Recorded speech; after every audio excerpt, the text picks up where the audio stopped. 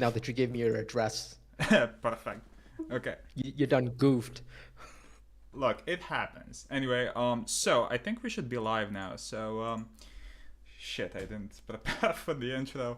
So, hello folks, Jerry here, and welcome back to, well, my YouTube channel. And today, we are here once again with Austin Yuen, the former product manager of Cartown and Racing Rivals. And today, we're gonna be talking, well, about the state of modern mobile games, Racing One specifically, and also we're gonna be discussing the NFTs and what they bring or don't bring into, the whole narrative, I suppose. So, hi Austin, I'm just gonna let you introduce yourself once again, and say hi to the audience. Hey everybody, my name is Austin. I helped co-create Cartown on Facebook and also Cartown Streets, as well as Racing Rivals. Yeah, so welcome to everyone in the chat. Golden is here. A huge shout out to Golden for making, the intro spots to, the to the story of Racing Rivals. It was a huge help. But I suppose throughout, the whole live stream, if you guys have any questions for me or for Austin, make sure, to say them. And I think this is going to be a fun stream. So I suppose we should might as well just get right into it. So, first of all, Austin, do you think that the mobile racing game genre has been on a decline recently? Oh yeah, I mean it's undoubtedly right. Like the last good game that got released was shit. You tell me, right? I mean, what CSR2? I mean, I suppose 6 years ago. shit. I mean, It's gonna be seven. yeah, you have Rebel Racing. Yeah, I mean, you have Rebel Racing, you also have Top Drives and things like that, but like that's about it, right? Like Creative Mobile is going to have a new game pretty soon, which is Nitro Nation World Tour. I'm actually looking forward to it because they're integrating NFTs and stuff, so I'd like to see how they do it. That is gonna be interesting. Wait, is the old Yeah. Nitro Nation still like playable? I'm not sure about it. I haven't heard much of that game recently. I think so. Like they added a lot of stuff, like they have drifting, they have drag racing. I think they're just trying to keep that game as a service. So I mean, I think they're doing quite well. So yeah, good on them. Oh, that's awesome. Okay, so why do you think the whole downfall of mobile racing games? What sort of started the whole downhill trajectory, and can it still be saved? Big thing is like there's way too much money to be made in mobile gaming specifically. Like because when you take a look at gaming, like it makes more than double like movie revenue. And mobile racing takes up the majority of that, like 50-ish%. So there's like a ton of money going into it. And then as a result, what these large studios do is that they buy all these indie studios, similar to what Glue did to us. They just like, okay, like it's a lot more, it's a lot easier for them to actually buy these studios and to actually develop something on their own. Because, like there's a finite amount of creative people out there. So they're just like, well, fuck it, I'm just going to go out and buy all these guys. And then if it works out, it works out. If it doesn't, it doesn't, And then so there's a ton of consolidation out there. So when you take a look at like all the studios in, I guess, the landscape, like Tencent, Sony, Microsoft, Nintendo, Take-Two, EA, I mean, that's it. Like that's probably like 75% of the market right there. And then so what happens is that they make so much money, they have such a large kind of war chest to go out and buy new users. And that's like the biggest kind of problem right now. So when like free to play games, you're basically losing money the day you want to start it, right? Because you have to pour in a ton of money into development, into licensing, and then once all of that is kind of done, now you have to go out and actually buy users. And and it kind of depends on what kind of game you want to do, but like let's just say you wanted to make an MMO RPG type game, um, like Star Trek and like Game of War. I mean, some of those games it costs like $30 to get one user. You know what I'm saying? Like, how crazy is that? $30 to get one user, and because like they know that they can get a multiplier of that, so it costs a lot of money. And then studios like see we can't afford that. Like we can't go out and start spending, like $30 to try to get one user or whatever. And then we have no choice but to kind of get bought out. So that's the kind of big problem. It's the money, like it already costs a ton to get started on the game. If you wanted to make a racing game today, by the time that Rivals was kind of at its end, all of our licenses combined probably cost like $1 million just to do the licensing. All right, so let's just say you wanted to make a racing game. You need $1 million straight away just to get licensing, right? And then you have to like get enough developers to go out and do stuff. And then once you get enough developers to go out and do stuff, that's gonna be like, I don't know, $5-6 million. So like all of those costs are incredibly kind of tough to kind of absorb. It's a lot of risk.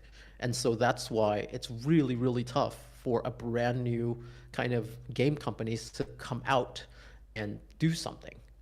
So that's why EA is huge. That's why Gameloft is big. Like Hutch recently, not recently, but maybe like last year or something, they got purchased by a company too.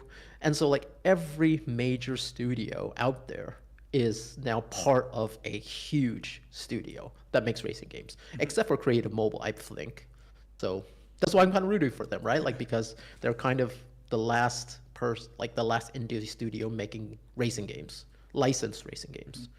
Of course, yeah. This is something that we talked about on the on the last live stream. It was actually that racing games for mobile have basically like one of the highest like benchmarks or the highest cost to actually get into the genre. So it would make sense, but I think that we also said something about it's also the genre is so dry at the moment that you make a really good game. I mean, of course, you put a lot of money into it, but if it sticks around, like for example, CSR2 did, that game is gonna bring a lot of money over the span of a couple of years. So, it's definitely gonna be interesting. But do you really think that there can be a really successful mobile racing game? Like CSR was back in the day, or still is? I mean, it's not impossible. Like, definitely somebody can do it, but can you kind of get to that size, that scale? It's kind of like going up against Walmart as a retailer. Like, sure, you can try, but you're going up against Walmart, like they can put you out of business pretty easily.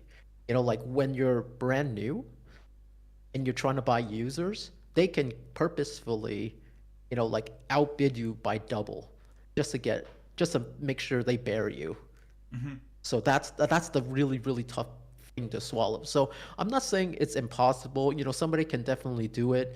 Like a game like Fortnite, for example, it came out of the blue kind of, and it just took the world by storm. Like, I'm not saying it's not possible, but it's just really, really hard. Yeah, well, I mean, I suppose, as you guys might know, there is one specific mobile racing game releasing later on this year. We'll see about that.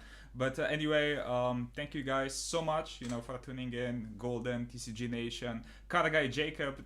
This is actually the guy who bought my Tibia on. You know about that. Nice, nice. So that's pretty Hey, cool. Golden shouting out Annabelle. I love her. She's the best. And then there's a question that says like, can sponsors help? Like sponsors definitely helped us. Because like say Nito, they were the original sponsor for us, and they can contribute some dough. But it's tough. It's tough, and this is where, and again, we could continue about mobile, just regular mobile games, but this is where like all the NFT stuff gets in, because you have a lot of investors that just want to, make multiples of their money. And then so because they know that like racing games on mobile is really tough, and for you to actually make it it's an uphill climb. But if you were to try to do something with, say, crypto or whatever, or NFTs, then they might give you, like 5, $10 million to try this thing, because if it's successful, they can get, 100, 300, 500 million off of that, because people are just a ton of money to be made out there on this. And unfortunately, this money is made on the backs of a lot of times the developing countries. I mean, I don't know. Like these days, what do you think are some of the racing games on mobile that you would recommend for people to play if they are, looking for something new or, relatively fresh? Like, what do you think are the best options? Oh, I don't know actually. Like, I mean, it kind of depends on what you want to play. Like you're not going to find another rivals. I mean, Well, the best, the closest thing you're probably going to get is Nitro Nation, hmm or CSR, obviously. But the thing is like sometimes you just want some like a little bit of like brainless fun um, without too much like tension. So to me, something like Asphalt is like, yeah, look, that game is kind of ridiculous. You do barrel flips and shit up in the air, but I mean, it's still fun once in a while. Just pop it open, have a good time. Um, like to me, I was like playing Top Drives for a while because it's fun to collect cars. And outside of that, I mean, like, dude, it's really dry out there, bro. it is. I mean, you talked about top drives. This is the game that I've been playing since 2017, on and off because the microtransactions got really aggressive. But once I stopped spending money on it, I think that it's one of the like most unique experiences. It's like Car Town in a really in some way because of all the card collecting, but I do believe that the best thing about top drives is actually like at the very beginning where you don't know the whole meta and you just like collect different cards, because I think that with the recent update there are over 3,000 cards you can now collect, which is just ridiculous. And I love how simplistic it is, because this is the thing that I was thinking about the other day. Basically, you want I believe that you want a mobile racing game to be simple, but not too simple, because then you have pieces of shit like Forza Street, which Jesus Christ, that was which wasn't even originally a mobile game, if you can believe that. Like, I'm not sure if you guys saw my video on Forza Street, but it was just, oh my god, it was like offensively bad, just Jesus Christ. um oh shit. So Forza Kid is asking what is top drives, and I suppose I should answer. Basically, top drives is, well, a mobile racing game, and you collect cards. It's like, little cards, and then well, you place them. In case you played like Top Charms or whatever it's called in the States, it's like cards with different cards, and they have stats on them, and then you basically like pair them up and raise them. It's a really fun concept because it's so simple, but there's a lot of content in there. So Top Drives is really fantastic. So hold on, let's see. So A2RD is saying, in my opinion, the entire mobile racing game market is kind of sad if you think about it, because a lot of these games make millions a year, they refuse to invest into the game, and then wonder why it dies. I mean, you know, even if you pump money into a game that's been out for a while, it won't necessarily work. I mean, look at the 7.0 update for Racing Rivals, which obviously there was a lot more going on behind the scenes, the cake incident and everything. But it's, I believe, like, Austin, how long do you think that the average lifespan for a mobile racing game is, especially if it has an open economy? Mm, it could last a while. It could really last a while. Like it just kind of like depends on how much you build in the future, like because all games are now made like a service, because nobody just makes like a straight up game, with a beginning and the end. Like all of our intentions is to make a game that can last at a minimum 5 years. At a minimum, because like that's how long licenses last anyway. Mm-hmm. So you want to make it about 5 years and see what you can do. Like you want to, like, let's just say Cartown, for example. We could talk about Cartown.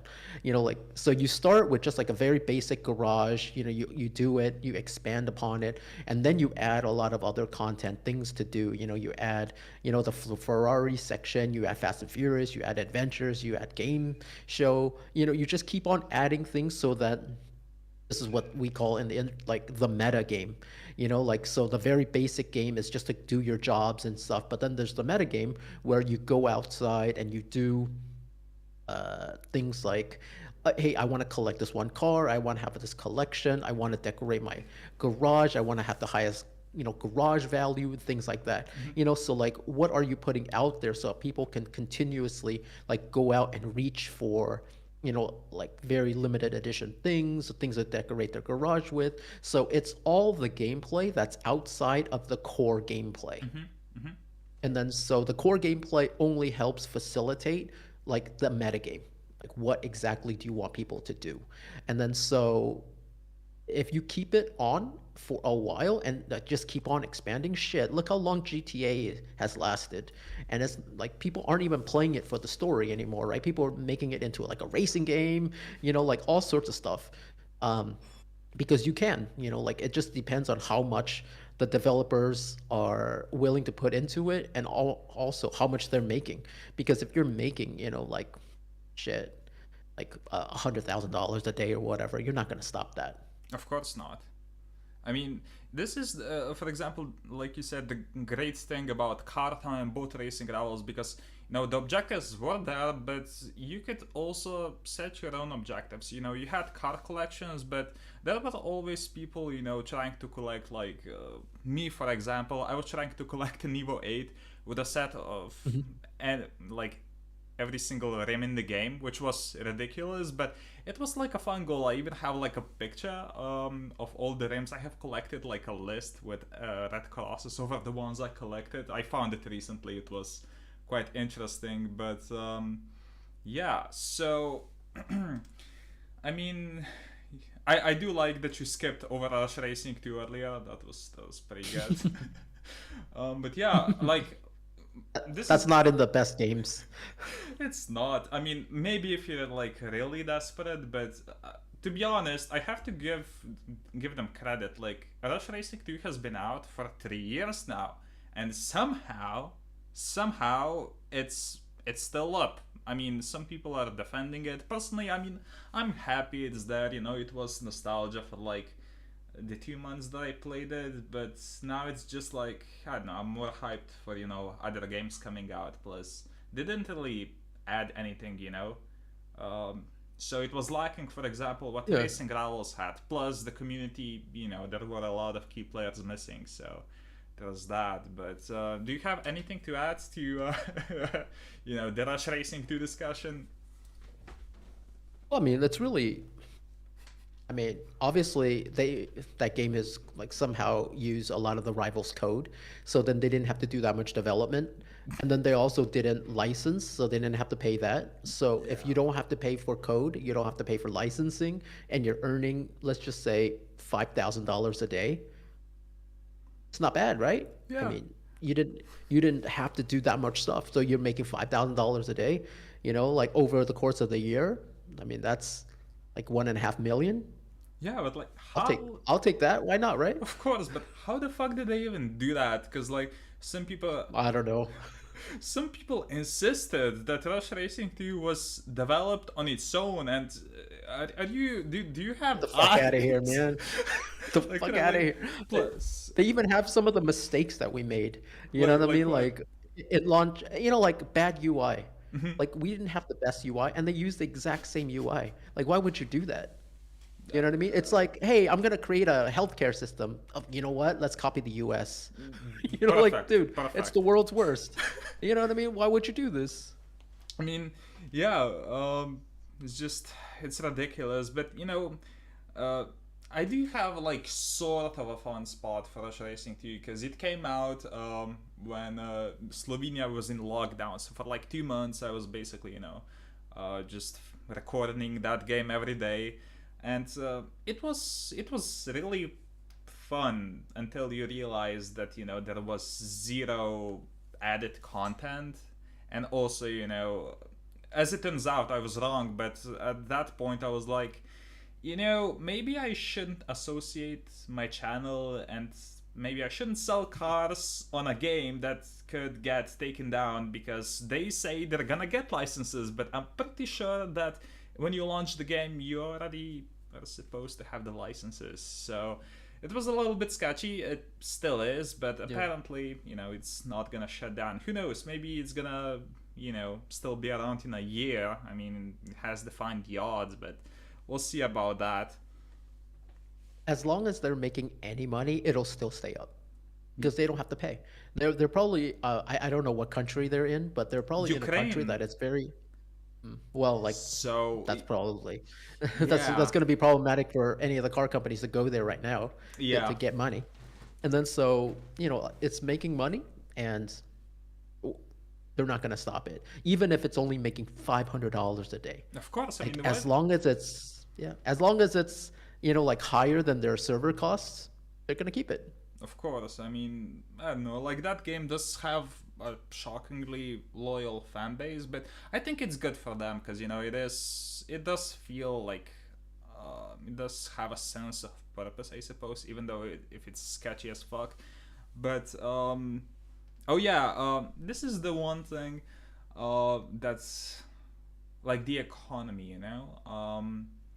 How exactly would you prepare the economy for like to be safe from what happened to racing rivals? Because over time, you might not know, but the whole black market, it really screwed the economy up. Because, for example, when I started selling cars in 2015, I believe, like a Hmm. Honda HSV, I remember it. The most expensive car I sold in like the first month, it was $40, and then 2 years later, um, it was $5. So, what's precautions, I suppose, and I'm sorry if this is too deep of a question, but what precautions can developers actually take, to protect themselves from the falling in-game economy, and also at this point, farmers from foreign countries, who just farm in the game and screw it up for everyone. Yeah, I mean, like you could take some precautions, like I think on Cartown or it was like either Cartown or Nito 1320 Legends or something. We banned like an entire geo. I think we banned Indonesia, Oh shit. because they were just farming. They were just farming a bunch of gold and then like selling it on the black market like Mm-hmm. way well before you. But I think like this is the kind of thing that like do you want to make an open economy? Mm-hmm. Like rivals and 1320, like do you want to do that? And if you do, then it's going to have to be extremely kind of like fine tuned. And if you want to say like no, I don't want to make an open economy, then you have CSR2, Yeah. right? Like because like that is completely closed. You just go out and grind a bunch of stuff. There's no pink slip racing, there's no like betting. Oh, and that's it. But I don't think that that's the most fun way to actually game. I think games are really more fun when you play with somebody Of course. else. And so you would just have to kind of maybe have a larger kind of modding like moderator community to kind of Mm-hmm. help you out and do stuff. We would probably put far more customer service people on it than before, and we would create a little bit more kind of checks regarding if anybody is just like acquiring a shitload of money Mm-hmm. really fast. Like suddenly you come up with like $10 million. Mm-hmm. It's like, well, we could ban you really quickly. Yeah, you would then create another account and do whatever, but It's I mean, temporary, at the very yeah, it least. could be more of a pain in the ass for you so that you end up not doing it. It's kind of like like movie piracy, right? Mm-hmm. Like Pirate Bay and stuff. It's like of course everybody can do it, but it's kind of easier if you just sign up for Netflix or Disney Plus or whatever. No, yeah, And just to get that. just more So, I convenient. mean, yeah, I mean, I think like the big thing is it's like do you want, what kind of experience do you want your players to have? And then you have to go into it like thinking about all the ways that people can just jack up your economy. And like this is one of the things where only like that's why not a lot of new people get into the racing game space because they don't have that experience. They don't really understand how like the economy works, how we have to get like a dedicated back end engineer to only fix, like cheats and hacks and things like that. So this is also another reason why a lot of people don't go into uh, the racing game space because it has a lot of like knowledge that you accumulate over time that you just can't like get like suddenly. Okay, so But I agree. Like A to and D, like you say, like the open economy is good. Yeah, I mean, like it is good, but I think you end up having to like ban players and do a bunch of stuff. Like back in the 1320 days, like we had a bunch of moderators. You had a bunch of like developers that have to go on there, monitor chats. Anybody who's sending like crazy links, you just like ban them right away. I mean, of course, there's a lot better like machine learning now, so you can do that a little bit better than having to kind of have a person sit in a room and monitor the chats and everything.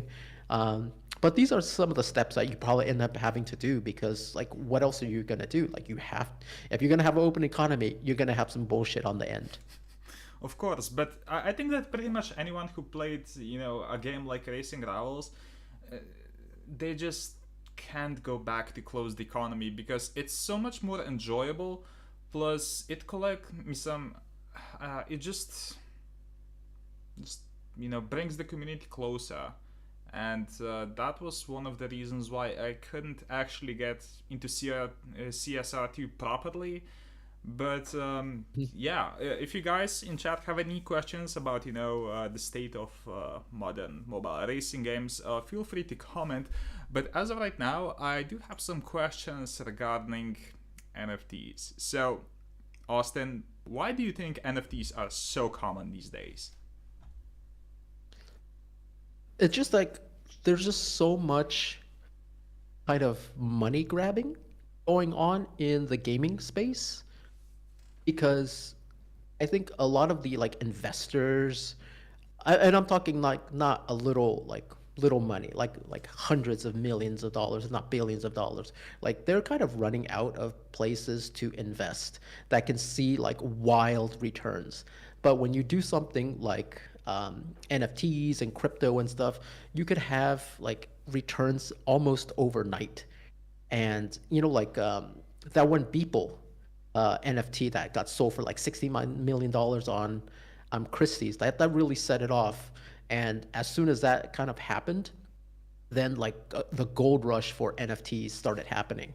And then Axie did quite well on theirs initially. And then, like that was almost like proof that you could make money off of these play to earn game concepts. And then so all of these people with tons and tons of money just started dumping things into NFTs because NFTs are built so that you buy crypto. That's the main thing. Like it's not built to for you to have a piece of art, for you to have a game. It's just so you can buy a speculative product like crypto. And that's it. Like because people want to make a shitload of money, and this is the easiest and quickest way to make a ton of money. Like people without any kind of engineering background and stuff, like it doesn't take much for you to mint something and figure out a way to take somebody's money. But what do you think that are some of the effects that NFTs will have on an in-game economy? Will they like help regulate it, or will they just make it worse? um I think the big thing about NFTs in gaming is that like do you want to play a game or do you want another job? Because that's what NFTs and games are. It's another job, because it's going to affect how you play the game, because like I know you sold a bunch of cars and you bought your Tiburon and stuff using like, the rival's backbone and everything. That's cool. But after a certain period of time, it gets kind of tiresome. Yeah, because it's a job. And like, do you want your game to be a job or do you want it to be a game? And like you can make the economy into whatever you want. Like the developers, us, we can make all the claims within the game that NFT claims that it can do. And we can make it right now, right? Straight ahead. But the thing is like, what's in it for us? All right. Like the reason why we didn't do card trading and stuff, because we thought about it a lot. I know the players really wanted it. I know the players really wanted a way to sell the cards and everything, but how would we benefit from it? You know, because it could speed up the loss of revenue for us. Because if players could just trade and the money just gets traded between the players, we would not see any of it. And then if we create a system, let's just say you wanted to sell a car and we made it legal for you to sell a car, but you only get 10% out of the total sale and we take 90. You wouldn't want that, right? You would think this is garbage. You would think this is garbage. You probably would say maybe you would be okay with 25%, right? That we would get. And you would keep 75%, right? But the thing is like if we did that, most people wouldn't buy new cars anymore. You can just go out into the used car lot and then pick it up there, you know? And you'll see all of the developers, it's like, no, I'm not going to do this because how will we get paid? You know?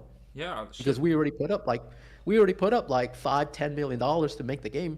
And then now we have this whole in-game economy where you have a bunch of people who want to leave the game and they say, well, shit, I'm just going to, sell all my stuff for some money, to try to recoup some of my, what I've spent back. And then we would make, let's just say they sell for $10, right? What would have been a $10 sale for cars and whatever to somebody, now we're only making what, 25%, like $2.50.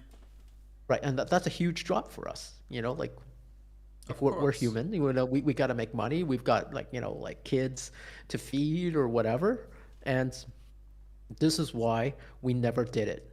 And when you want to do an NFT, sure, like some of the things like economy wise would be kind of regulated, but at the same time, like you would completely play the game very differently if it was just an NFT based game. Like number one, you probably would have to spend, I don't know, $50-100 just to even play the game at the very beginning. Which these days not likely, yeah. Yeah, I mean, like, look, when you go on to like Axie Infinity, and for everybody who doesn't know, Axie Infinity is probably like the most successful play to earn game. It's like all the steps it takes for you to actually play that game is ridiculous, right? Number one, you have to create your wallet. Number two, you have to buy Axies, which is like the, let's just say you have to have 3 Axies in order to play the game. So you have to buy 3 of those. And each Axie costs, and it used to cost anywhere from like, I don't know, like $30-100 per. Wasn't so now it you have like to end 300 at the very peak? It was something ridiculous. I was like, because I was like, maybe I should try it. And then I saw the prices and I was like, fuck this. So exactly.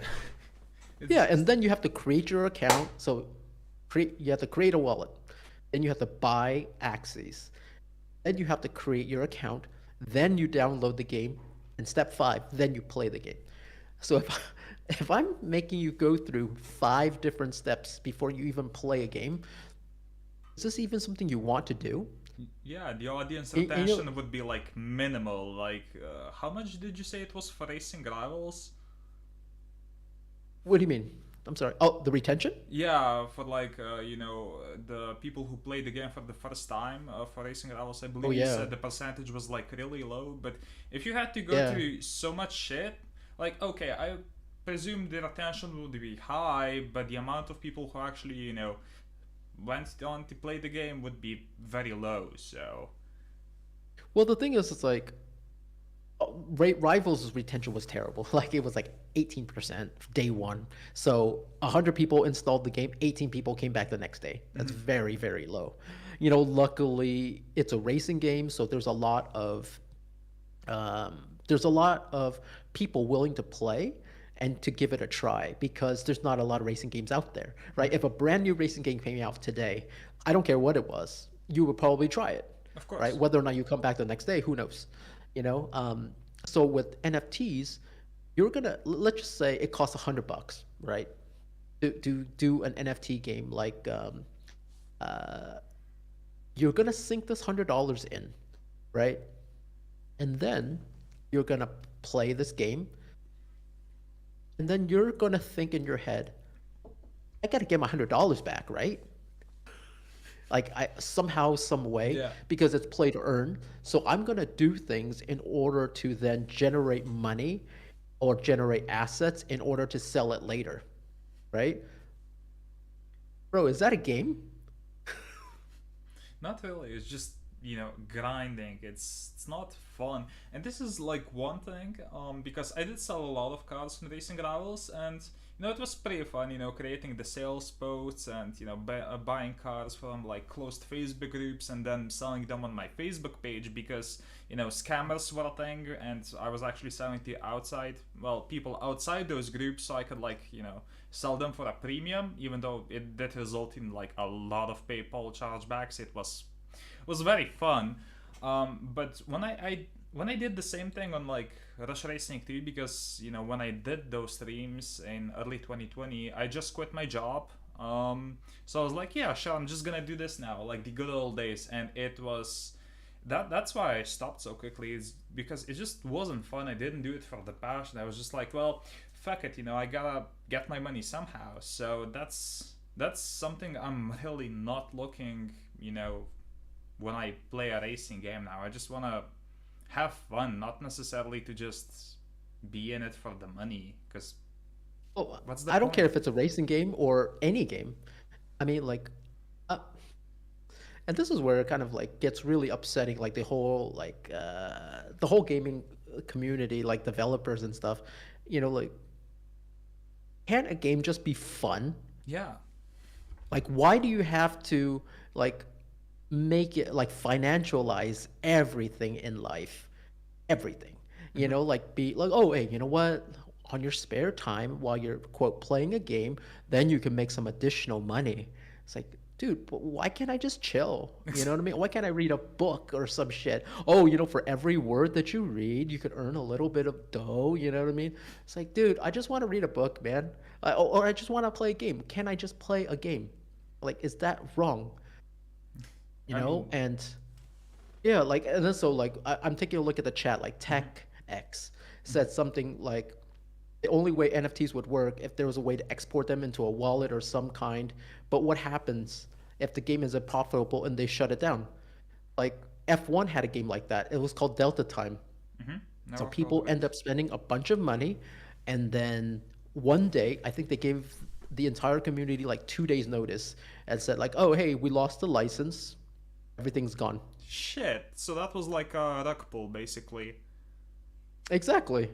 Yeah. Exactly. I mean, but like they did actually lose the license, but it's not like something like Rivals where like, dude, you've been playing for a long time, and then over time it just kind of slowly died, and you could feel it slowly Of dying, course. and then they give you like 5 months or whatever, and then let you know it's like, oh look, the life cycle of the game didn't go on forever, and it slowly died. Hmm. And that's kind of natural, but with this NFT thing, like boom, overnight gone.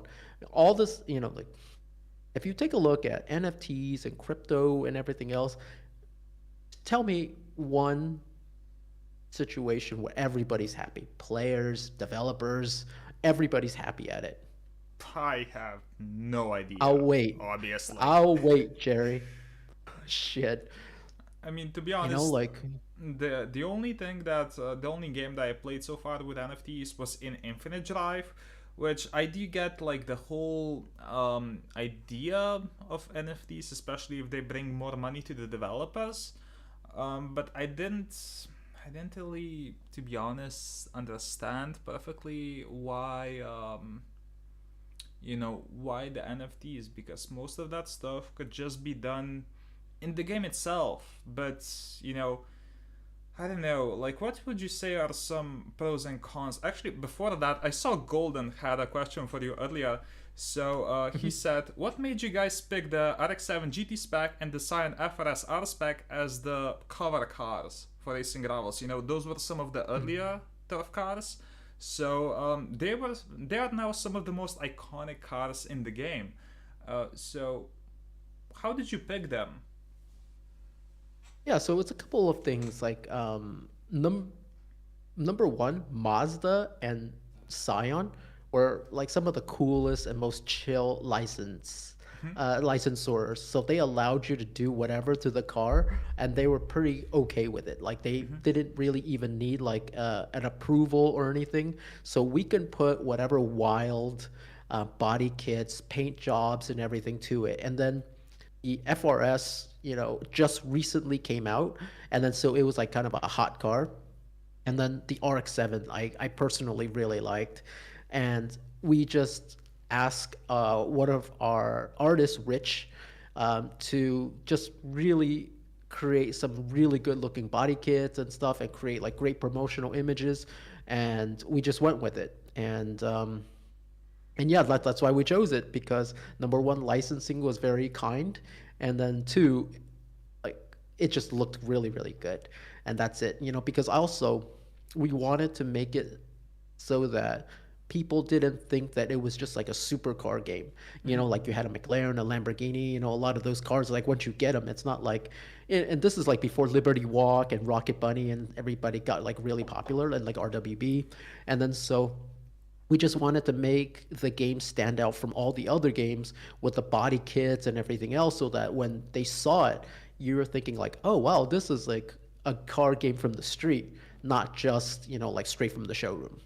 Of course, I mean, I specifically really love when, racing games don't just have the cliche cars like, the Mustangs and the Fiestas back in the day. I love when games have like oddball cars, and especially when there is like good progression. So I would really love a game, for example, where you start with like complete shit boxes, like rusty 20-year-old cars, and then slowly like progress to the like the hypercars and everything. But that's why I love the racing rivals so much, because the starter cars, I believe, were a Scion, a Jetta, the Civic, and something else. But the thing is, you could still stay in D class. You chose your own path. For example, you got really good with Civics. You would win more Civics on pinks and then build your garage like that. It was just a really fun progression. But for example, games like Forza just kind of bug me, because I'm not sure which Forza Horizon it was, but I know that I saw, and like the starter car was like a BMW M4. Like really, like Like how? who starts like that in life? I mean, Yeah, you hate those people, right? I mean, shit. exactly. It's Like like the guys shit. that drove a BMW to your high school, shit. I mean, like there are so many fucking amazing cars in Forza Horizon. Like, why would you just give me one that's like mid tier? Just give me. I believe that the first Forza Horizon had like a Volkswagen Corrado, which is really cool. Like, why don't you start at the bottom, and then progress your way up? Because it's way more satisfying. So that's, for example, something that I'm really hoping is gonna take place in Auto Legends. We'll see about that, but yeah. So speaking of Auto Legends, Jack is asking, Austin, are you working on Auto Legends? No, I'm not. Okay, so earlier we were. I was gonna ask you about some of the pros and the cons of NFTs in games. So yeah, what's your list? Mine is really short. Pros? Of both, to be honest. I guess for pros, it's a good way for developers to get investment to make a game. Because otherwise it would be very tough for them to actually make it. And I guess another pro would be for the very, very few, like maybe the first 50, 100 or whatever. I mean, I'm just making numbers up. Like the first few people that enter the game very, very early, they will be okay. They'll probably make okay money. But then it's all the other people afterwards that won't make it. Like they'll probably end up like wasting their initial like money because they will never be able to recoup that back. Well, yeah, that's And then of unfortunately. course it's a job. Yeah, So I mean, I don't want a second job. I don't want a third job. I just want a game to play that's fun. of course. I mean, my list of pros and cons is basically like pros. I have better regulation, but clearly when I wrote that, I didn't have like a fantastic understanding on NFTs. And cons, it literally just says everyone hates NFTs. So it's like, these days when you hear that a game is gonna have NFTs, like my initial reaction is just like, well, yeah, of course. But then again, I mean, I guess we're yet to see like an actual released racing game. At least I, which is gonna like actually implement NFTs. So I guess that's gonna be interesting. But Austin, do you think that these NFTs in games will work for long term? I think the scary thing is that it it may not work as it's currently, but like the kind of financialization of everything is coming. And if you hated free to play, I mean, the industry is going that way. Not in like just free to play, in that kind of really scummy NFT, like everything you do in life has to be financialized. Everything, like all your spare time, you have to be making money. Like every single component of things that you're going to do in gaming is going to be worse and worse. That's just how it is. Like that is how we are all going. And shit, sorry to be the bearer of bad news, but like it's so much money involved. You're not going to have your kind of C games, like the plucky startup that kind of creates a game out of like love and passion. And hopefully they make it because they are going up against some huge players that they just cannot compete against.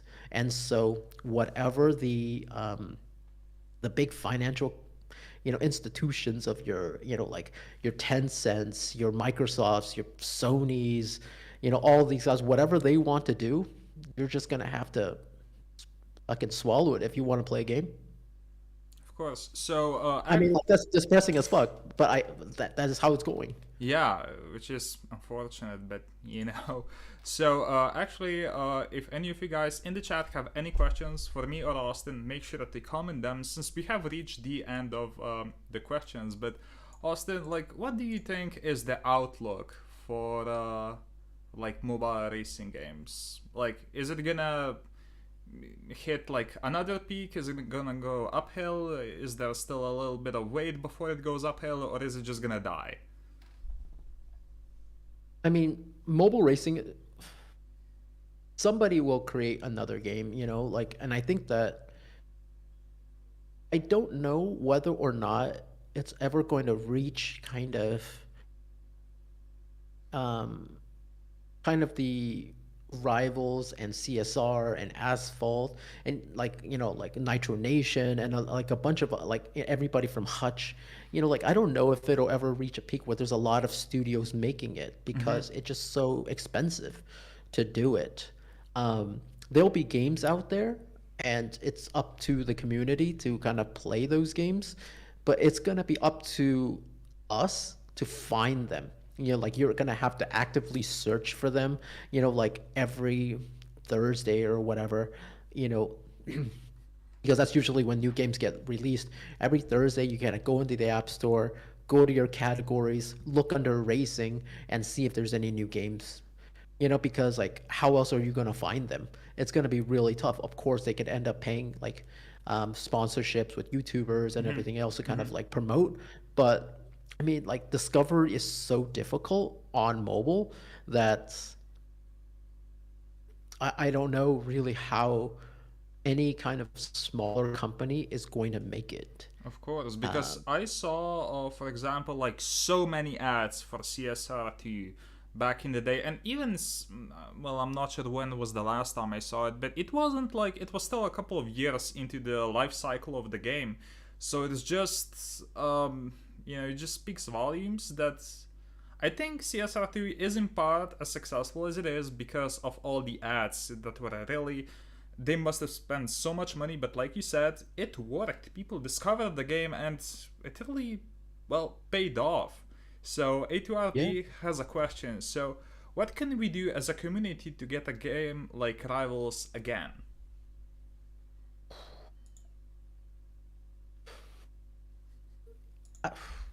It's really tough to say, because like, how do you support, right? How do you actually support? Because what do you do? Like a GoFundMe, like a Kickstarter, like that's not that's not going to be likely enough for the developer to actually make a game, right? Because like I said, for like a racing game, it's probably going to cost you like anywhere from 5 to 7 million, probably on the low end. Like I don't expect you to raise 5 to 7 million on Kickstarter, and that's just the development and licensing costs. That's not the user acquisition costs. And I think the only kind of way that it might work is um, is maybe like shit. Honestly, I don't know, man. Honestly, I don't know. Like I've been thinking about, of course, like with my experience and stuff, I thought about creating my own game, my own studios and things like that. Um, but it's just really, really tough, like, and especially if you wanted to kind of maintain any kind of things for the community and not be pressured by like your investors and anything else to kind of do things, because right now all the developers are doing is like they're chasing like KPIs, key performance indicators, right? Like so what you end up doing is like, okay, hey, like I need retention. What do I chase there? That you build like features and stuff just for retention. Hey, I need like higher revenue per user. I gotta build all these things, but they don't necessarily come from like a pure place anymore. So it's like, hey, what can we make that the players will really enjoy and is fun?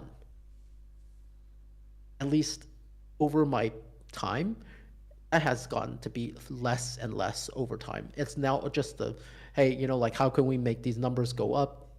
And oh, like let's not lose the DAU, which we call, which is like daily active users. Let's not lose DAO. Let's just make sure that they're happy enough while giving us the money. You know, free to play is pretty scummy. Let me say, it's pretty scummy. Yeah, it got really expensive. I was just thinking, like, how ironic would it be, for example, that Rush Racing 2 would make, like, enough money to actually support, like, at least part of the funding for, like, a next Racing Rivals. It's just really bizarre if you think about it. But, yeah, so Dave, actually, shout out to him. He's been a big part of the Racing Rivals community back in the day. Okay. He's been well. He made some with us about the game, which were very technical. I'll say that much. But yeah, he actually brought up the whole community aspect, and I think that's like he said, a key element that is missing these days, because I don't want to play CSR2 just because, like, the lobbies, for example, you can't chat in them with other players. You can't shit talk. You can't ping slip, and it's just, I don't know, like, it seems basic because obviously, you have other social medias where you communicate with other people, but still, in the game, for a lobby at least, there must be some sort of communication, interaction, like team challenges, like Turf Wars, for example. They really brought the people together, and if you want to have a successful game, if you want to make people spend money, you need to, you know, make players bond with each other. so that they don't only play for the game but also for the other people, you know. So I really hope that there's a I game in the agree. making that you I know agree. really brings that together. You know, like, I couldn't agree more, because I think that, like, the love of cars is not like an isolated thing. Like, I don't think a lot of people just love cars, like, completely out of the blue. Like, they probably have friends, like some kind of back history. They go to car meets, they do races, like, everything's very communal. And, like, car people are pretty chill, like, of course, you're gonna have, people that aren't great, but for the most part, it is about the community, like if you need tools, somebody's there to give you a hand. And there's forums and chat groups for every single car possible, and I think that that's the thing that like is missing in car games, in racing games. The kind of like like general positivity of Hmm. cars. I mean, of course, like when you go into racing, you're gonna get some toxic stuff, Of because course. everybody wants to win, it's competitive and stuff. But you do meet like cool people. Like people do like, like World of Warcraft, League of Legends, it's very competitive, but Hmm. like, people get married, people meet friends and everything. It's like because the community is there for you to like do stuff.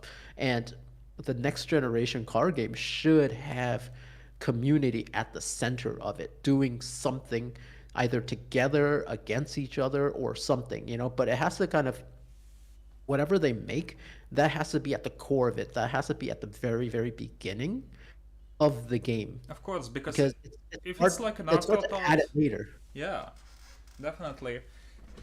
So hold on. I'm sorry, you were gonna say something. My bad for interrupting you. No, no. Okay. I- I'm looking at some of the chats too, so. Of course, yeah. Let's see if there's any questions here. So hold on. Yeah, if CSR had pings, like how do you think that would work? Would it still be as popular? I mean, would maybe the economy already be screwed, or how do you think that would work? I don't think they could do it now, because like having like an open economy, Hmm. you have to do it at the very, very beginning. Of course. It's not like something you could just introduce sometime later, because the entire game is not built upon that. Hmm. Like all game economies are like very finely balanced anyway, and then for you to kind of throw a kind of monkey wrench into your economy by allowing open trading, open economy, you're going to open yourself up to some serious troubles Hmm. if you didn't do it at the very beginning. So what they can do is release an update, put everybody's cars into a separate area, and all Oh the no. money that they've ever made into a separate area, and just release all this new stuff. That sounds like something that would definitely work. Yeah, perfect. Yeah, yeah, yeah, good Oh, idea. yeah, fantastic. Legacy Garage, let's call it that. Why not? Exactly. Fuck. Yeah. But what? But it's hard for them to kind of just add anything like that into the game, because Of like you course. have to do that at the very beginning. Of course. But what do you think if they did add it at the beginning? Do you think that it would basically face the same issues that Rivals did? Um, they could have like it could have. Like in kind of thinking about it like again, like what some of the things that I would change in terms of the open economy is like I probably wouldn't make the cars be able to be purchased again after you lose a race. I mean, that was one of the big problems.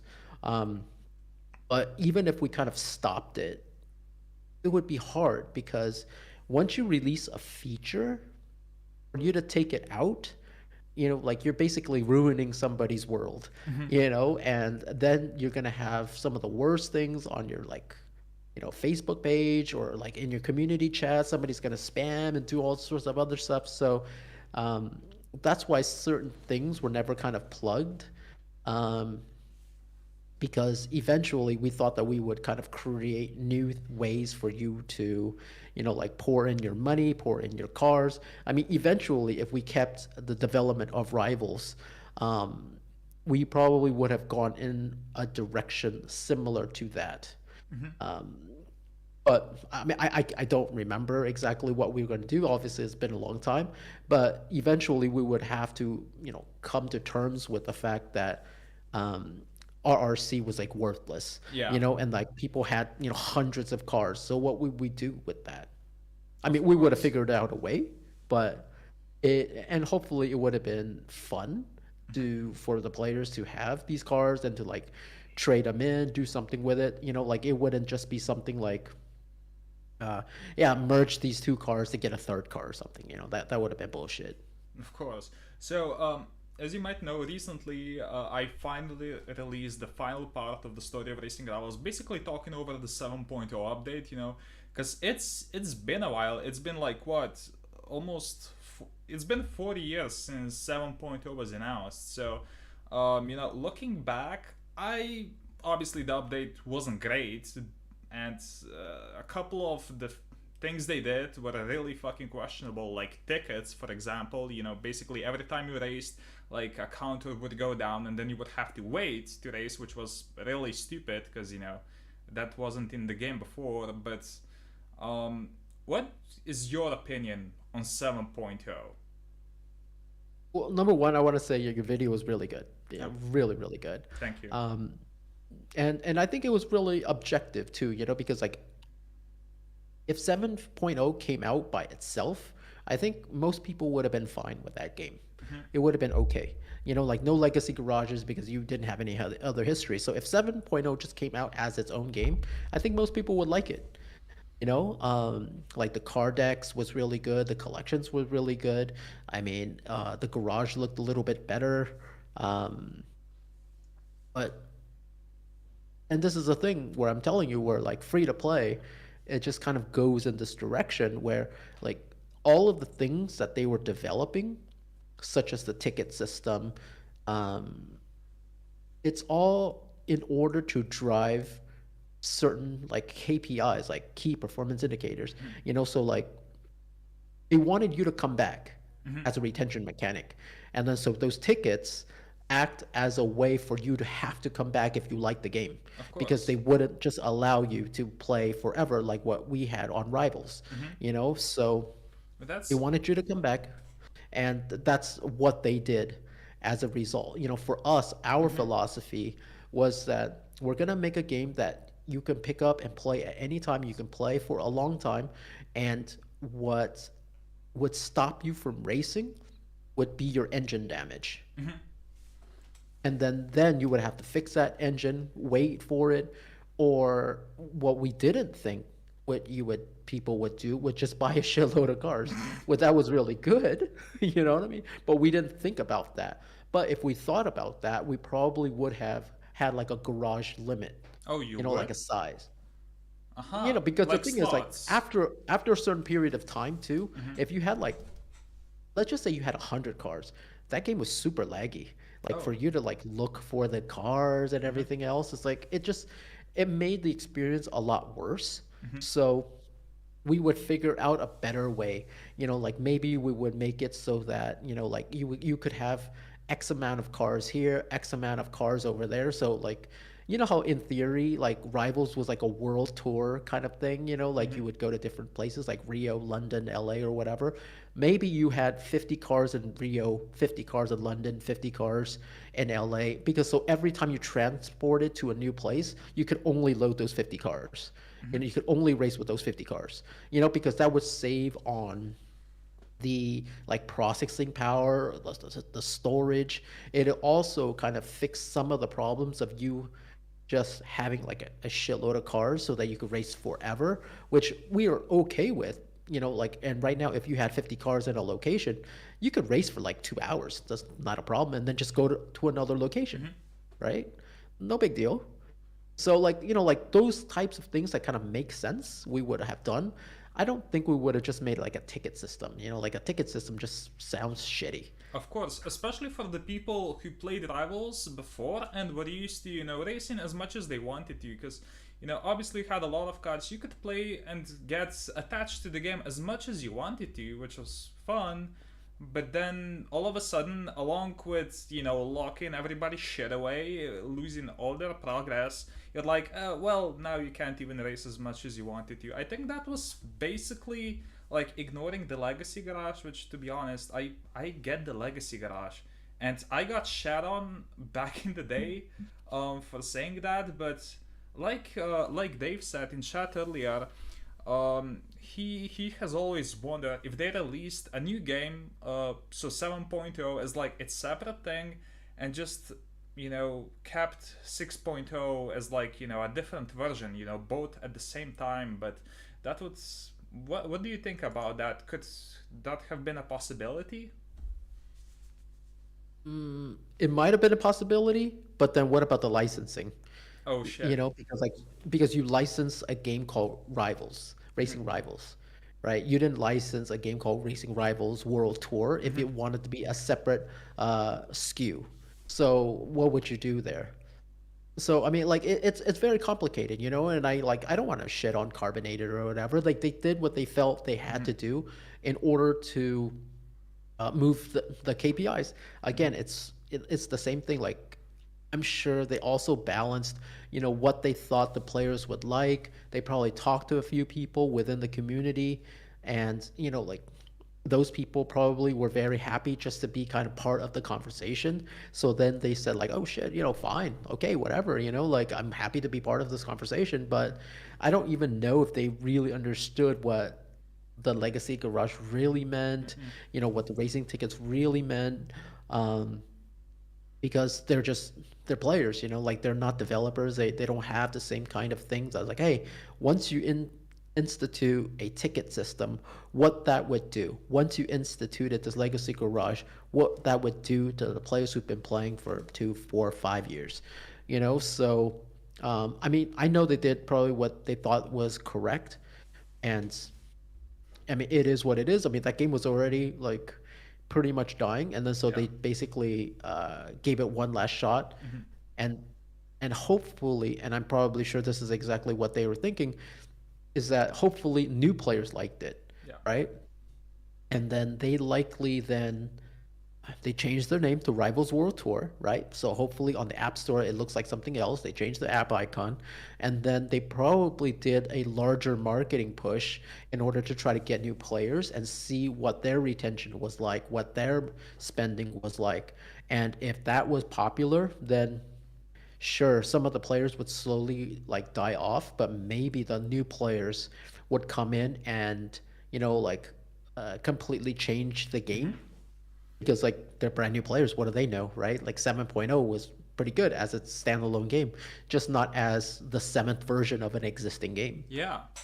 But I don't think they even did like a huge marketing push, because there were like I didn't see many new players. In fact, multiplayer, like more often than not, there was just like one bot in the lobby, and that's it. And then they also did some things that, I mean, like I said, 7.0 wasn't all bad, but some of the things that they did was like really bizarre. For example, they had the whole what was it called? The tuner challenge, which was basically like a racer showdown, and the turf wars. But unlike before, you didn't go into a lobby before. Basically, you just clicked a button and it paired you up with someone. And yeah, there was just like we were talking about earlier, that was just another aspect of the community lost for no good reason.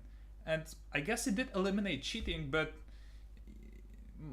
in what sense? I mean, maybe the people who continuously raced someone, because they would get like turf points if they chickened, but it was just, I don't know. I felt it was like a step down, from what the game used to be.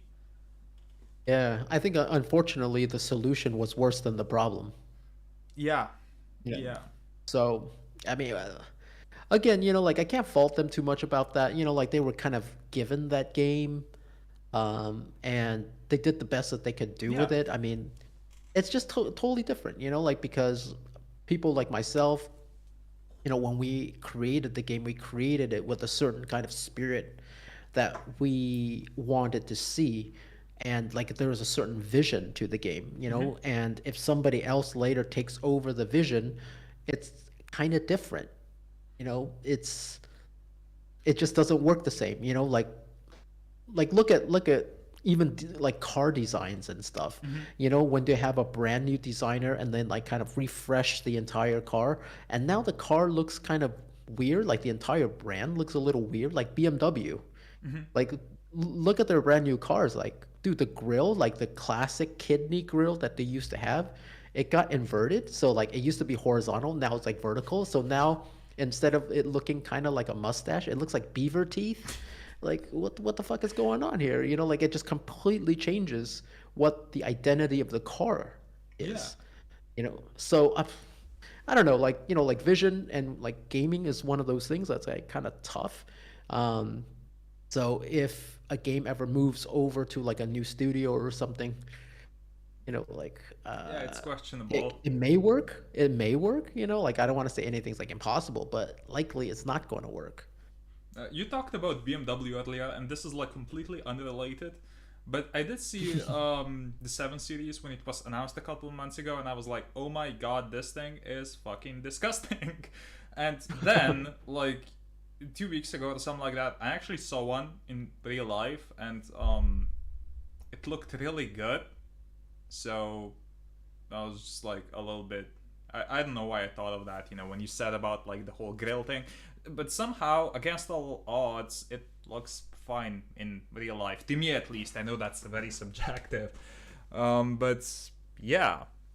Like, Yeah, so. I mean, it could happen. It could happen. Like right now, like I don't know whether or not I like or dislike the Land Rover Defender, because I grew up liking the very boxy style, and it's very iconic and stuff. But then when I saw the brand new car, I was like, I don't know if I like this or not. And it's been what, at least a year, almost 2 years since the Defender released. And every time I see it, it's like, do I like this car? I don't know. Maybe. I think so, or I just really want to like this car. Um, but I'm not sure.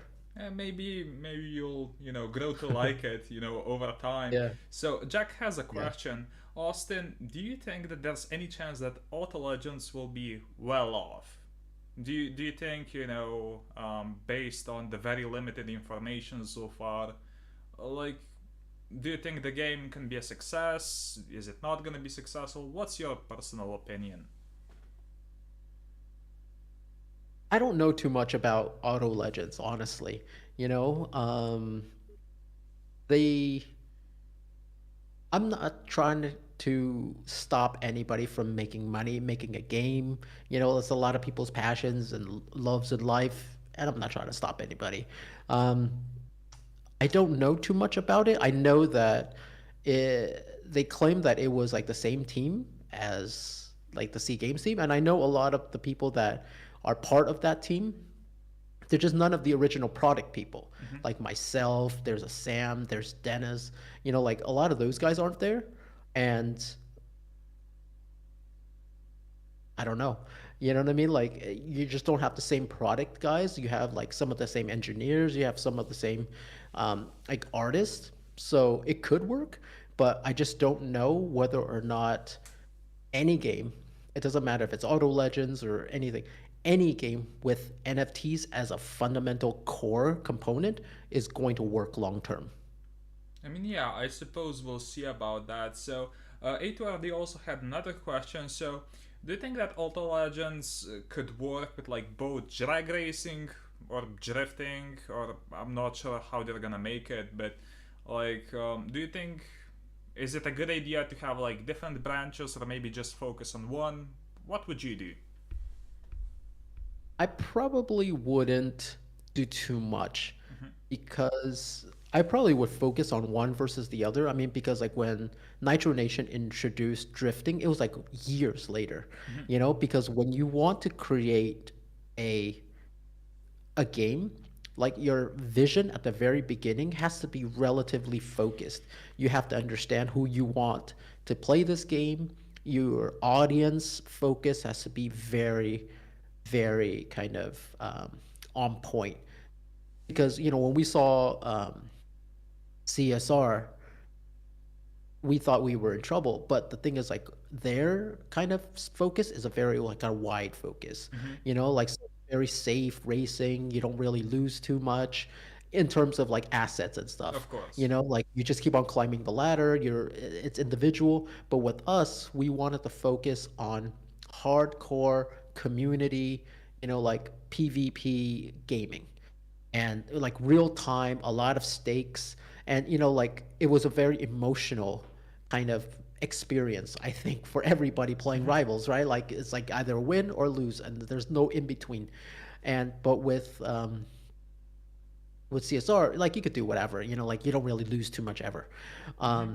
And so because development is also really expensive, it would be beneficial for them to kind of focus on a thing, because rather than saying like, oh, we're going to have drag racing, and also we're going to have drifting, and also we're going to have NFTs, and also we're going to have this, it's like, dude, how much money do you have to develop this thing? How much time do you have to develop this thing? Because the minute you start employing people, the minute you start like going down this road, you are losing money, like, Of course. so it is beneficial for you to understand what you want to do Hmm. and go for it, and especially if it's a niche kind of game like drag racing, which is not like a universal game.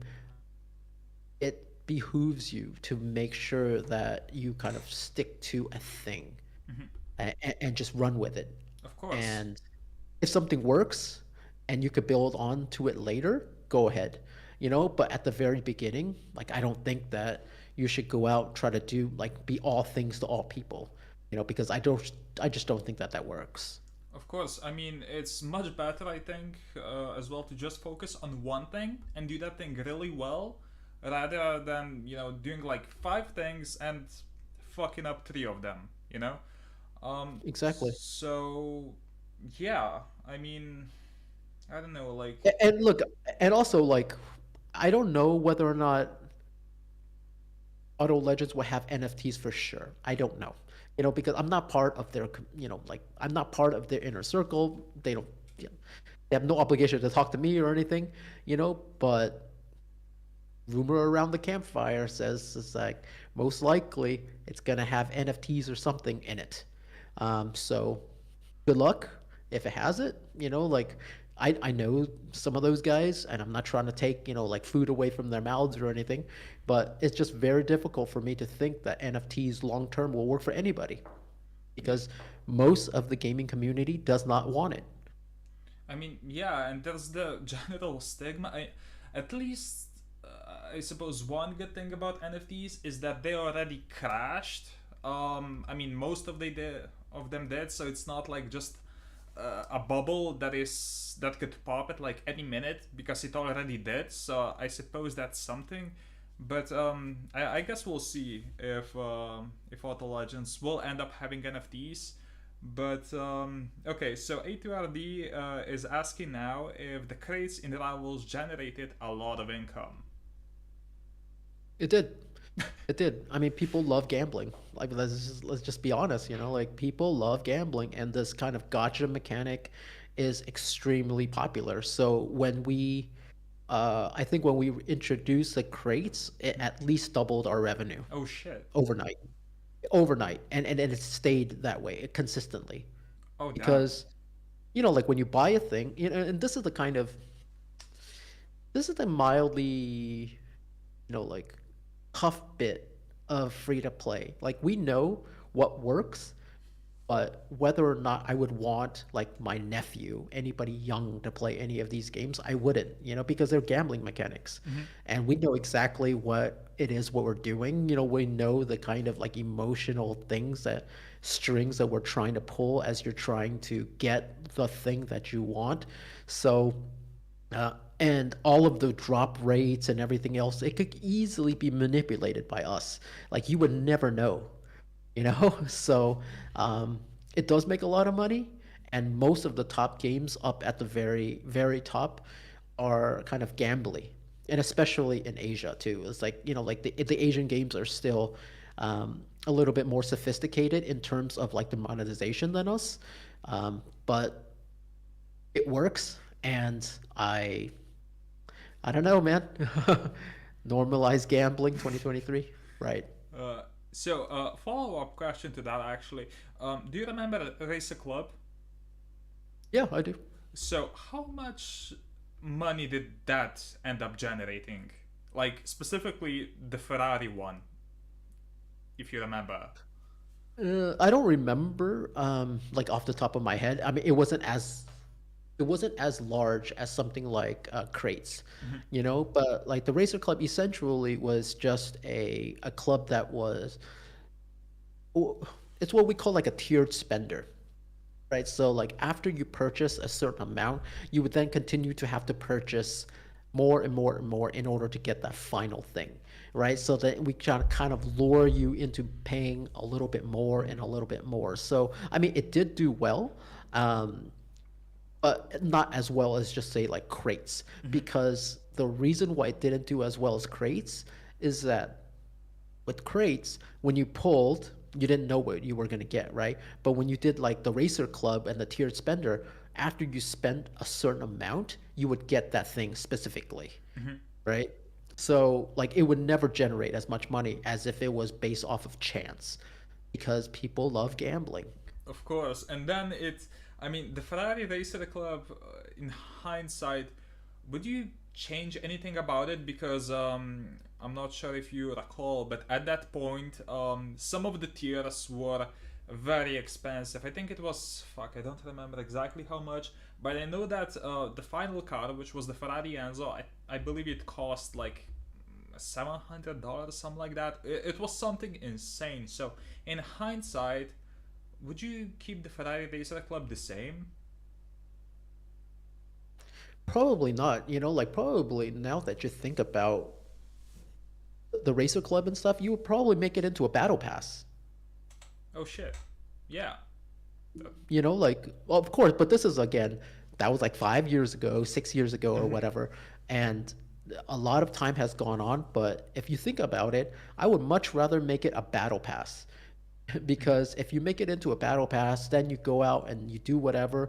And then the battle pass is like, say, 10, right?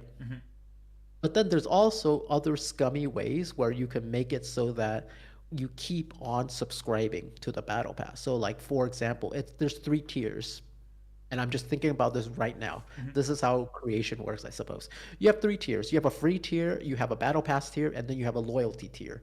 And then so the more times that you get like a battle pass, let's just say you buy one battle pass, you get 100 points, right?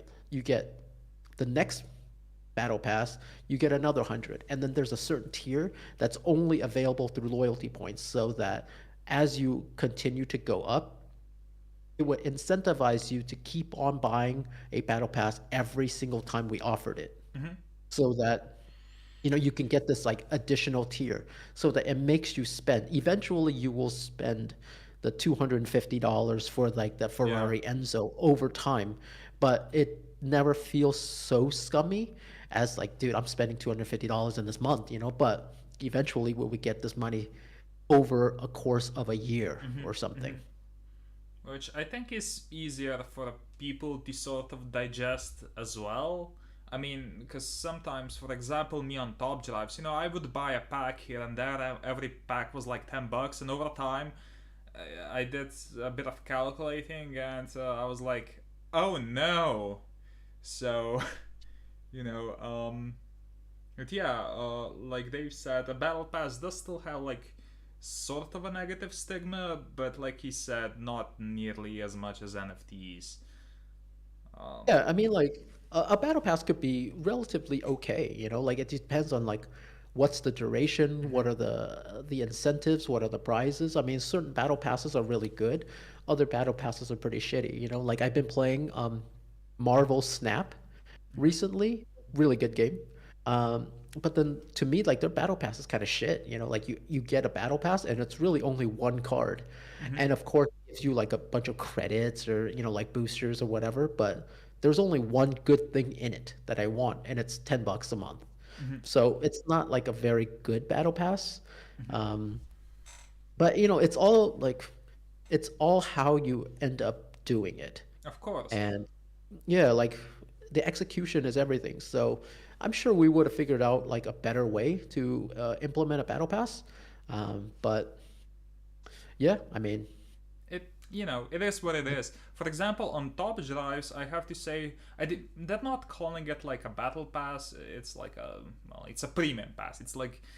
Uh, it's basically a battle pass, but you have like two tiers: a cheap one, which is like $10, and an expensive one, which is like 30. But the thing is, top drives a really expensive game, but those battle passes, they are actually like you get three carbon fibers basically, and some money and some other packs. It's like you spend $10, you get like almost $50 back, but you do have to race, and it's like it's not exactly you buy it and then you have it. You have to work for it, but I think they really did implement it well. And to be honest, I wouldn't really mind having like a battle pass in, for example, let's say Auto Legends.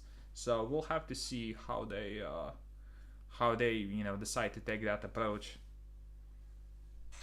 yeah, I mean, like, look, everybody's got their own ways, right? Like, I think like the most successful battle pass is still probably like Fortnite or something, right? Like, so you have to give people something that they can't just buy, and I think like that's the thing that makes battle passes work, because if it's just something that you could just end up buying, why would you get this battle pass?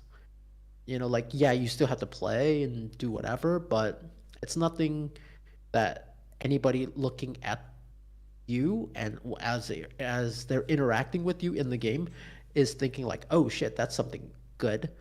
Because if there's just like, hey, here's some additional packs that are a little bit less expensive or whatever, like that won't move the needle as much as something like an Enzo, right? Of Like if course, you got yeah. an Enzo, like, oh, it's like, shit, where'd you get this Enzo? Or then like, we had a golden Ferrari, in Cartown. It's like, oh, where did you get this? Like, so those types of things always will do a little bit better. Of course, yeah, because I mean, there are some things, like certain cards that just are prestigious. It's like a privilege to have them, and you pull up in a lobby in like an Enzo, for example, or a QR code Huayra from Rivals, and you really it's just like, oh my god, this is like amazing, and it's something that people in lobbies see, and maybe then they aspire. It gives them like motivation to perhaps one day have that car. So I think it's like natural progression. But yeah, so we've been going on for around 90 minutes. If you guys have any more questions for me and Austin, make sure to leave them. But yeah, hold on, we already talked about like the general landscape and the NFTs. Austin, do you have perhaps any uh, questions, something that you want to talk about? Yeah, like what kind of games would you want to play? Like I think that that's probably the most important thing, like because I know what I might want to make, but what your opinion is like far more important than mine. Because in the end, like the developers listen to what the players want. So like what kind of games would you want to play? I mean, obviously a lot of people here with like, rivals and stuff, but I mean, like Cartown was also another game that Of we made, course. which holds like a while Rivals was like more financially successful and everything, like Cartown holds a little bit more a place in like my heart and also almost everybody else on the team, because it was a little bit more pure. It had more of just the overall community, the love of cars.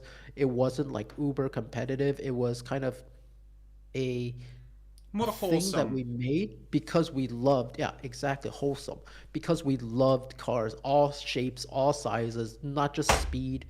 And like between those kind of games and whatever else you sing, like what kind of games would you want to see? I mean, Like, okay, yeah, personally, I'm only talking about like a concept here, but like I said earlier, I believe I want a game that is simple and yet, it has depth. I don't want a game to focus on like a million things, but rather to focus on a few things and then do them well, and perhaps over time build on top of them. I would also like for example, an open economy game, well, with pink slips. I wonder why, right? But gambling, I mean, pink slipping obviously is gambling, but the thing about it, you could improve your odds. You could build your car in the best way possible. You could just practice a shit ton. So there are definitely like skill aspects to rivals, and I ideally would love that in a game as well. A game that really brings the community together and everything. So we'll see if Auto Legends perhaps is all that. I'm really excited for it. So yeah. So would you rather want a rivals like, or would you want a cartel like game? To be honest, I would sort of like aspects from both of them. So I want like the open economy and how can I say, and like the visuals of rivals. But I would like some aspects that brought the community closer, like gifting each other parts from Car Town, and also the whole garage customization and perhaps a game show. But it's different because those two games were so visually different, but they both had a lot of elements that made them unique. And so, I would pull a little bit from Kart and a little bit from Rivals, maybe, add some things on top of it. And I think it could potentially be a game that would be a CSR killer, because I'm not the only one. Obviously, I mean, you as well believe that the racing games, for mobile, really took a downhill. And I think it's only a matter of time before a game changer shows up, because at this point, for example, if CSR2 was still really fresh, it would be really tough to, like kick it from the top spot. But it's almost been 7 years. Like at this point, I'm pretty sure that people are craving for something new, and so I do really hope that Auto Legends. I mean, as of right now, it's looking really promising. I'm very excited from what I've seen, and I can only hope that that is perhaps the game that someday maybe challenges CSR2. But we'll have to wait and see about that. What do you think about a game like Disney's Street Storm, which is basically Disney's take on Mario Kart? I mean, I believe that for its target audience, it would definitely do well. I mean, I presume there's like different Disney characters. It's like Mario, but with Disney. I mean, I'm sure that there is a lot of people that would perhaps like to play that. But personally, I don't know. I'm craving for something a little bit more. How can I say? Um,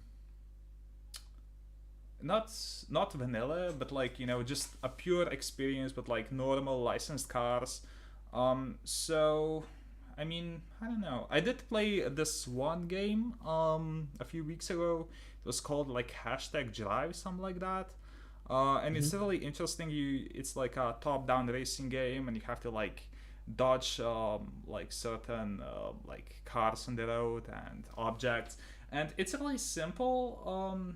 I don't know. I kind of like it. I didn't play it in a while, so it really didn't give me like that much. Um, you know, for a sense of community. You can't like hop into a lobby. You can't talk, and that's what I've really been missing. Because like I don't even play games on PC anymore. For example, like the last time I opened the game on Steam, which is basically where all the games are, it was in July of last year. And basically the only other game I've played since then was Top Drives, and a game on occasion, like if I record a video or something. But I'm just really hoping that a game is gonna come out that is gonna make me feel like Cartown did back in the day. Because I remember like some days, I think it was Christmas, and Game Show was just released that day, and I woke up Hmm. like 2 hours earlier, or like an hour, let's say. I'm not totally sure, but I know I woke up like a lot earlier than what I had to, just because I was like, oh my god, I want to play Cartown, and I would rather play that game send my friends some parts on the game, um, then sleep. It was just uh, maybe it doesn't sound like the most healthy thing, but I was just filled with joy. And Carton was really a game. I didn't even know English that well. Back in the day, I was like 13 years old, something like that. I was a kid. Um, but yeah, I also remember in Racing Rivals that when I started playing, I started from nothing. I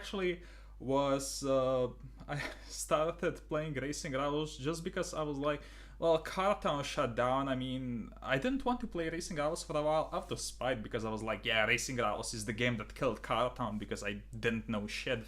But it's like I remember building my garage from the very start, and I was like, oh my god, a turf car! I really want a turf car, and it's been like. I played the game for like 2 months, and I was thinking, oh my, how exactly will I get a turf car? And then I randomly got in like a Facebook group, and I finally traded for one, and I remember it. It was C6 GT2, like the Corvette, Mhm. the aqua and the white one. It was just, I don't know. It was just, how can I say? It was a different time. It brought me so much joy, and no other game except maybe Top Drives to a very little extent has done that since Racing Rivals did, which was, well, 9 years ago at this point. Just 7, 8 years. It's just, I'm looking for something like that. I'm looking for a game that's gonna really make me feel like I'm part of something. I'm sorry if I went on like a very long rant here, but yeah, I'm just looking for something special. Aren't we all? Yeah. Aren't we all?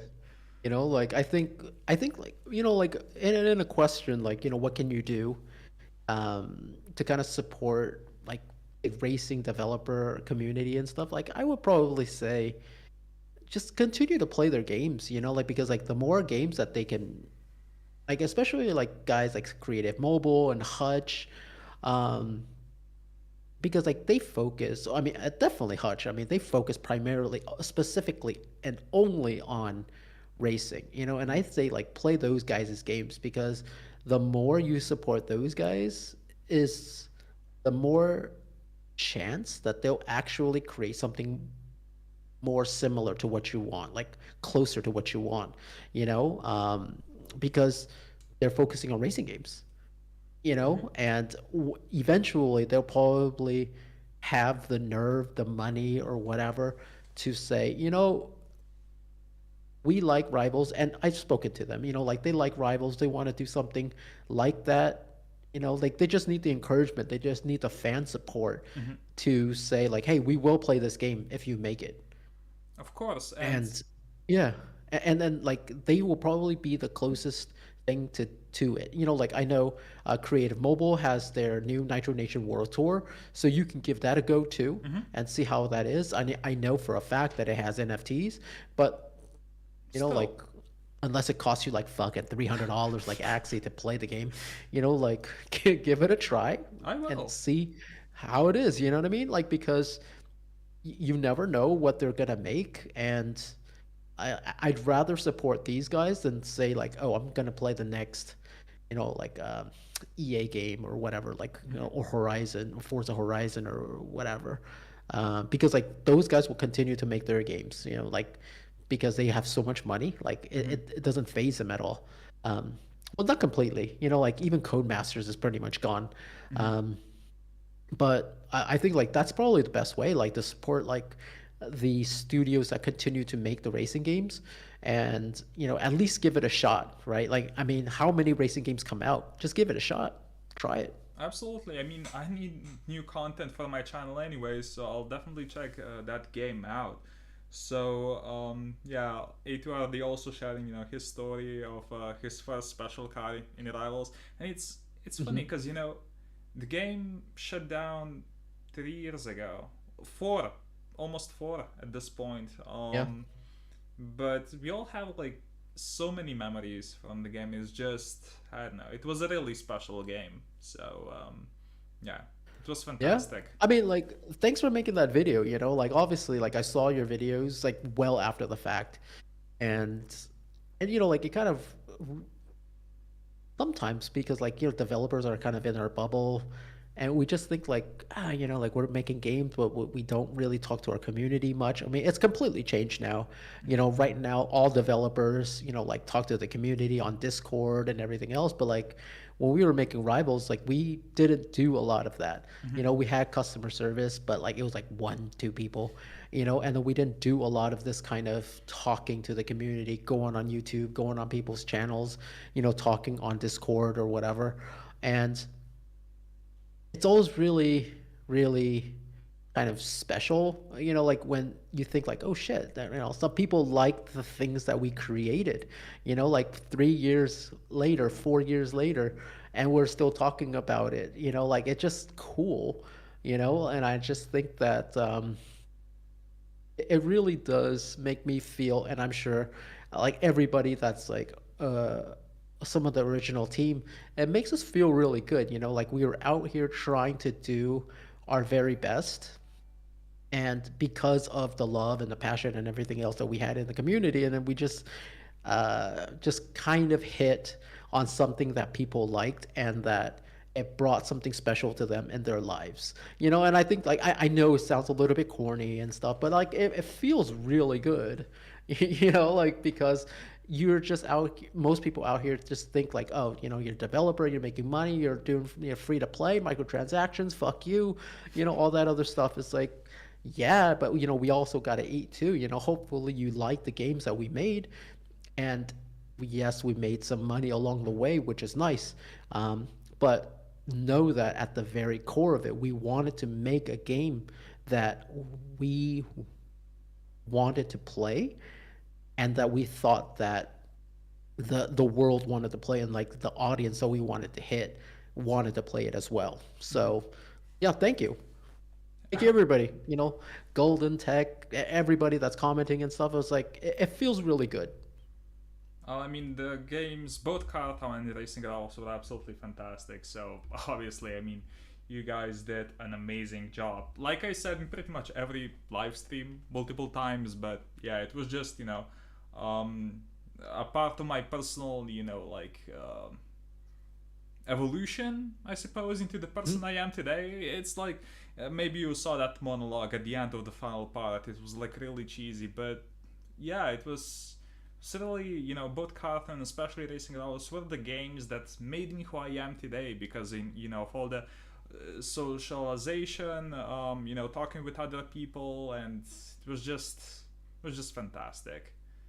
So Yeah, hopefully, you know, like you're bringing people together in a community that you love, you know, and what's not better than that, you know? Like I thought that that's exactly what we try to do, and you know, hopefully you can get like, you know, new friends, play a fun game, and you know, have a good time, you know? And I think that that's what hopefully like a pure kind of gaming experience is like, which is why I'm so anti fucking NFTs. You know, because I don't want gaming to turn into a job. of course not. I mean, you play for the most part for the fun, and that I believe is something that has been lost. But maybe there's gonna be a game that's gonna come out that's gonna change all that, and that's gonna be not exactly a new Racing Rivals, but like an evolution of Racing Rivals. So there's always hope. We'll have to wait and see. Yeah. Yeah, you never know. I mean, like, honestly, like, I don't think a lot of people would think that the same studio that made Cartown made Rivals.